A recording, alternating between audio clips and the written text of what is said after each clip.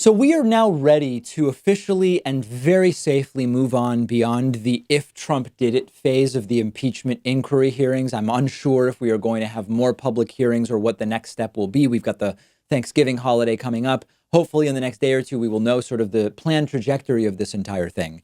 But particularly with the testimony on Wednesday by EU Ambassador Gordon Sondland, as we've discussed, Trump did it and everyone knew it. Rudy Giuliani knew what was going on. Mike Pompeo knew what was going on.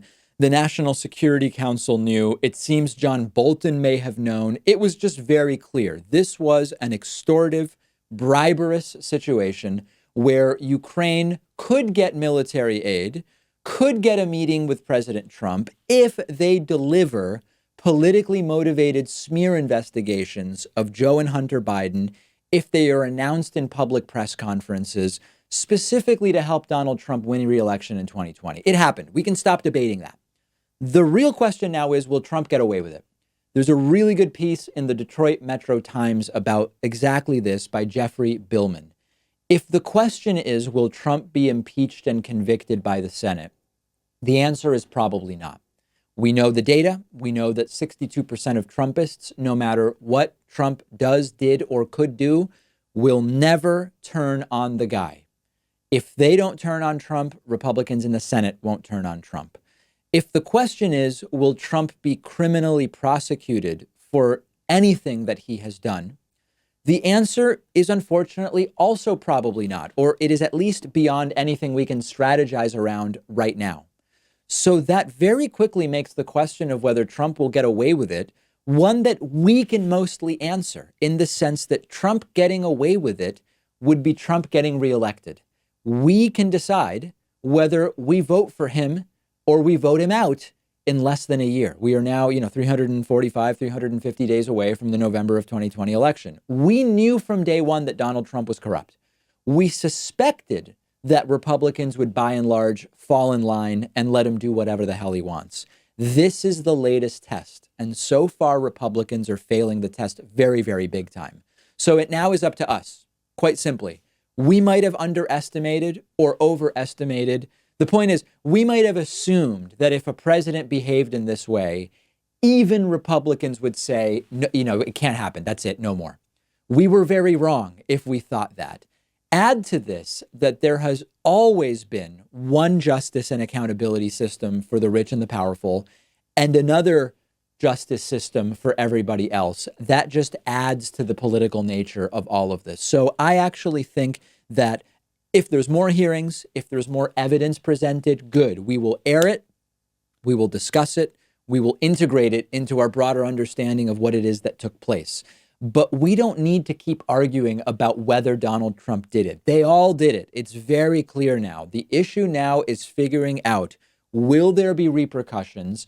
Will the right, to the extent that it is participating in the spin machine, crisis management, as it has de facto become, will they succeed in pushing narratives like, listen, Trump called Sondland and said, I don't want a quid pro quo, when we should be wondering, as I said yesterday, why is that anything someone would have to say on the phone if there is not the belief that maybe there is a quid pro quo? And of course, we learned that the reason Trump did that was because of the reports that started coming out that day, suggesting that actually there was a quid pro quo. Trump getting on the phone and saying, I don't want a quid pro quo. OK, it's like calling up someone and saying, listen, I don't want anything to happen to that lovely little girl of yours, okay? I want her to be safe. I don't want anything to happen to her. You understand what I mean?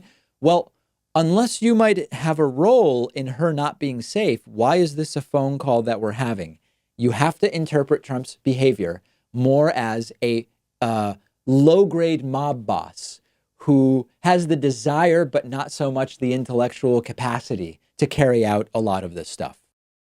One of today's sponsors is privacy.com/Pakman. This is a free service that I've actually been using myself for a while now, and I love it.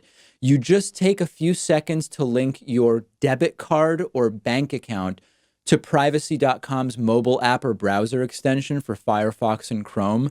And what that does is allow you to instantly create virtual credit cards that are linked to your bank account so that you're not actually putting your real debit card number on the internet. And you use these virtual credit card numbers to buy things online. And with one click of a button, you have the ability to create multiple virtual cards, delete cards, freeze and unfreeze cards. You can put a limit on a card so a company won't be able to charge you more than you actually want them to.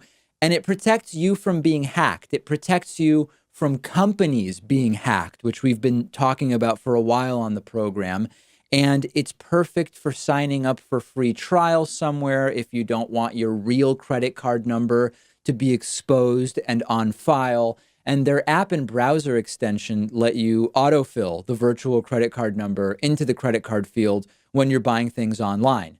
There are a ton of different advantages to shopping and paying bills with a system like this. Everything is totally secure and encrypted. And in some situations, you can earn 5% cash back on your purchases. It's all completely free. All you have to do is click the link under this video to get started. And for a limited time, everybody in our audience who signs up gets $5 towards your first purchase when you sign up using that link below.